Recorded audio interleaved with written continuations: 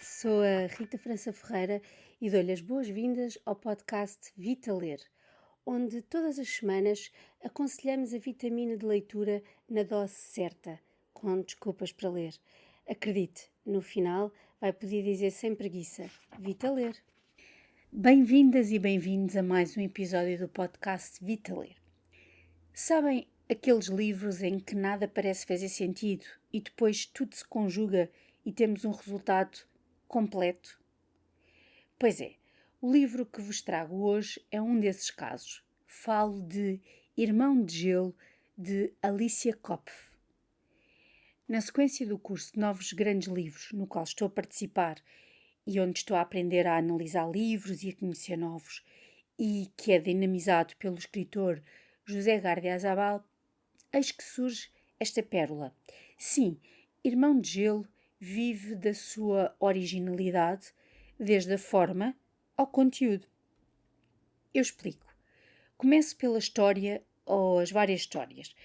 O gelo desempenha o papel central e vai ser objeto de um estudo aprofundado e de partilha de conhecimento sobre as explorações científicas aos diferentes polos, o Polo Sul e o Polo Norte, bem como metaforicamente nas relações tensas da vida pessoal da narradora.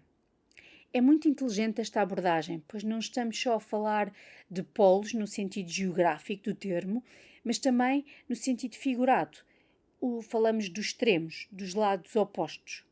Aliás, mesmo falando de polos no sentido geográfico, carregados de gelo e neve, o Polo Norte e o Polo Sul foram alvo de processos de desbravamento diferenciados e têm paisagens e fauna, também elas diferentes.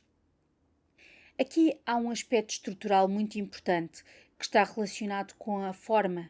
A autora vai-nos dando acesso a documentos, tais como cartas e fotografias, que nos dão a conhecer e confirmam a bravura daqueles homens, bem como o clima inóspito dessas regiões.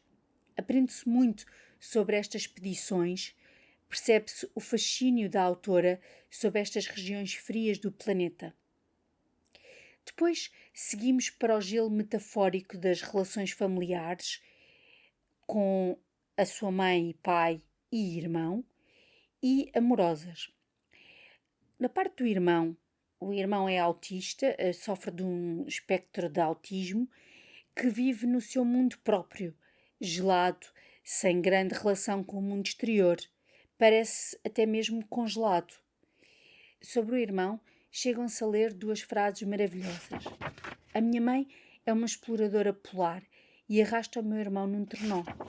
E a propósito da necessidade de o acordar daquele estado meio amnésico e relembrar do que tem de fazer, a narradora acrescenta: permite-lhe desencalhar do seu estado temporário de congelação e regressar à normalidade. Além do irmão, a narradora vive de uma relação com a sua mãe e pai. São relações frias, distantes e quase inexistentes. Geladas, portanto. Quando chega a fazer terapia, outro exemplo de como a estética se enlaça com a história, é quando só temos as perguntas do psicanalista e do lado da narradora apenas temos reticências, tendo o leitor que intuir as respostas e o decurso do que aconteceu. Também o gelo se propaga às relações amorosas da protagonista, mantém-nas tensas, distantes. Chega a dizer, tal como acontece com o amor, o seu centro não está totalmente dentro de si, mas uma parte está fora, no outro.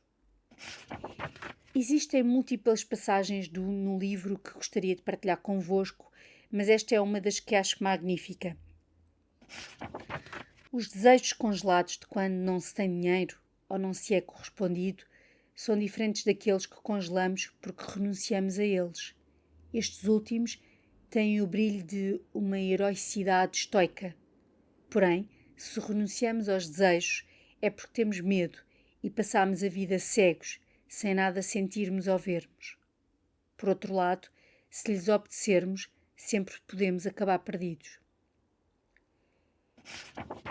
Existem 3 páginas que gostei muito e que achei certeiras, mas que obviamente não vou citá-las aqui porque seria muito extenso, mas mais uma vez a autora, obcecada pelos polos, fala da alegria do Natal e do dar em contraste com os presentes de frete. Sim, temos isso. Então vou-vos dar aqui um cheirinho dessa passagem. No Natal, as apologias de dar estão quase sempre associadas ao entusiasmo das crianças e ao amor no núcleo familiar. Por puro espírito de contradição, entretenho-me a pensar em variantes magníficas do presente. Depois desta frase, a narradora lista uma série de tipos de presente nos quais nos reconhecemos. Os tais presentes de frete. É absolutamente hilariante. Sim, porque existem vários tipos de presente de frete. Todo o livro brinca com a estética da forma e das múltiplas camadas do significado de polos e do gelo. Até a própria capa enuncia uma questão. Qual será a resposta? Já percebemos que a autora está sempre a falar de extremos. Quando fala do avô, deixo-vos esta passagem preciosa e surpreendente. Olhar apenas para a luz pode fazer com que por vezes não vejamos as sombras e não encontremos solução para aquilo que as origina. Talvez por isso o meu avô chegou tão bem aos 90 anos. Repara com frequência apenas no lado positivo das situações. Coisas do branco, as do preto são mais longas de explicar. Sempre preferi os tons cinzentos. Talvez o segredo da longevidade esteja aí. Este livro foi distinguido com os seguintes prémios: Prémio Documenta, Prémio Libreté, Prémio Horror Crítico e Prémio Callum. Obrigada por estar desse lado. Não se esqueça, caso ache o podcast útil para lermos mais e melhor, partilhe com os seus amigos. As citações lidas no podcast são originais do livro Irmão de Gelo, de Alicia Kopf, editado pela Alfaguara, chancela da Penguin Random House Editorial.